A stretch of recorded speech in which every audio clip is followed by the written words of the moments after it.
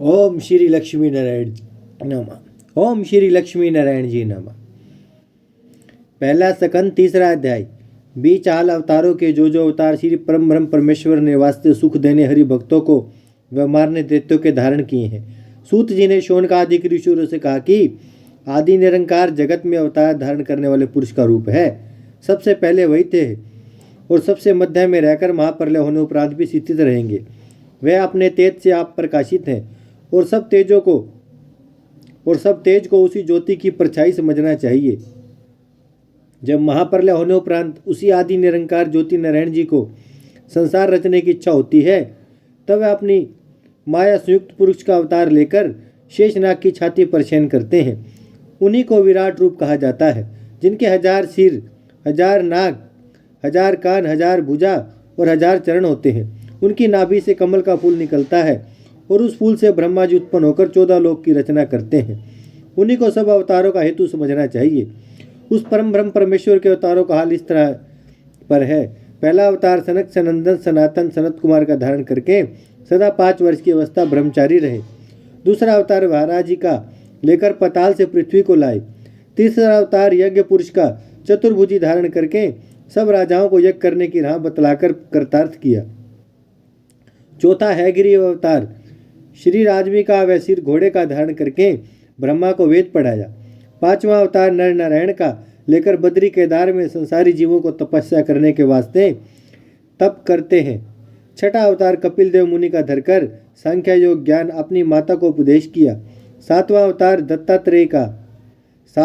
दत्तात्रेय जी का अत्रि मुनि से हुआ, जिसने राजा अल्लर्क और प्रहलाद भगत को वेदांत पढ़ाया।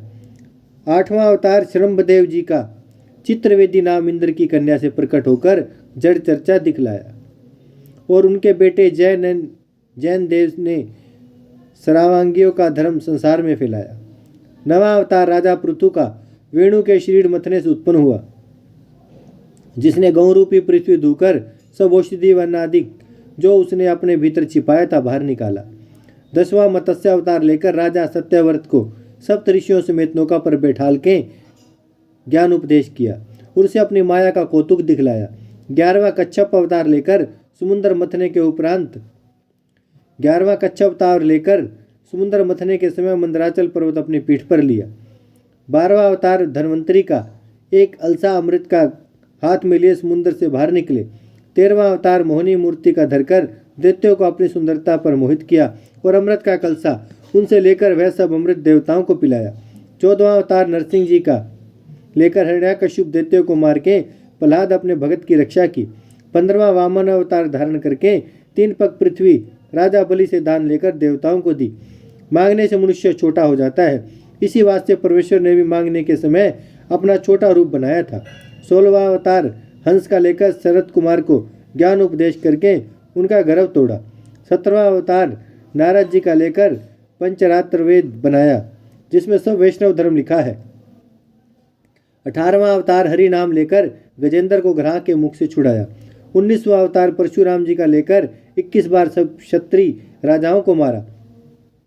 19वां अवतार परशुराम जी का लेकर 21 बार सब क्षत्रिय राजाओं को मारा और पृथ्वी उनसे छीनकर ब्राह्मणों को दान दी।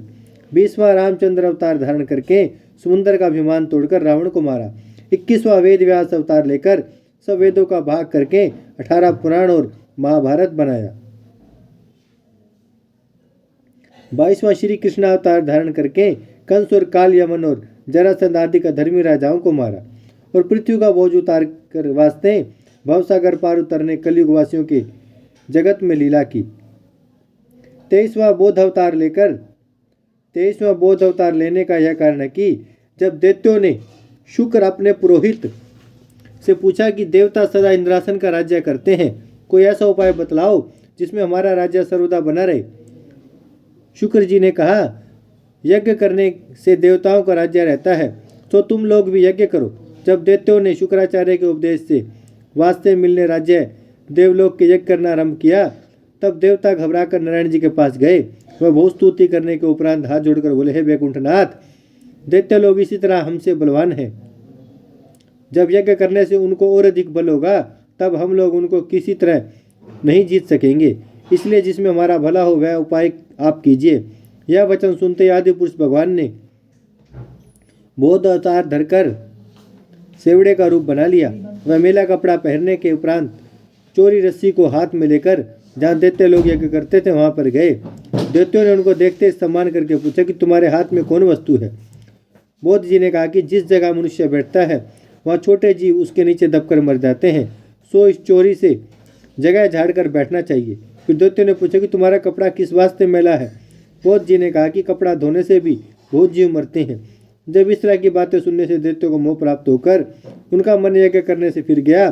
तब उन्होंने आपस में कहा कि यज्ञ करने से जीव हिंसा होगी तो यज्ञ करना हमारा निष्फल होकर उसमें और अधिक पाप होगा। यह बात समझकर दैत्यों ने परमेश्वर की इच्छा से यज्ञ करना बंद किया। तब उनके धर्म का बल जाता रहा और देवता लोग उनसे निर्बल हुए। कलयुग के अंत में 24वां कलंकी अवतार लेकर धर्म की वृद्धि व म्लेच्छ धर्मियों का नाश करेंगे। सो इन 24 अवतारों में श्री रामचंद्र जी और श्री कृष्ण जी का अवतार पूर्ण कला से है।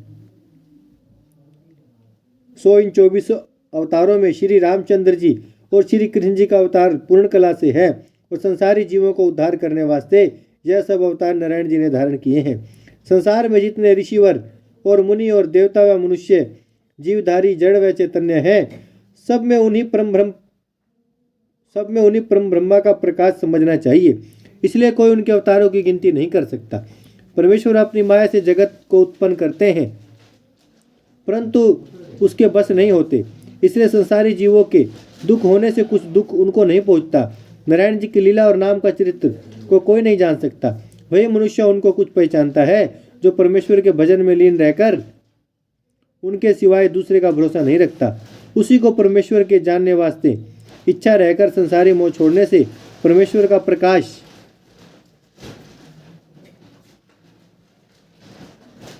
शरीर में आता है। उसी को परमेश्वर के जानने वास्ते इच्छा रहकर संसारी मोह छोड़ने से परमेश्वर का प्रकाश शरीर में आता है। श्रीमद् भागवत में सब वेद का सार और परमेश्वर की लीला व्यास जी ने वास्तव भवसागर पार उतरने संसारी जीवों के वर्णन किया है और अपने पुत्र शुकदेव जी को हरिद्वार में गंगा किनारे ब्राह्मण और ऋषिवरों के बीच में बैठकर पढ़ाया था। जब श्री कृष्ण जी महाराज द्वारका से बैकुंठ को पधारे उस समय धर्म का सूर्य डूबकर संसार में सब शुभ कर्म जाता रहा।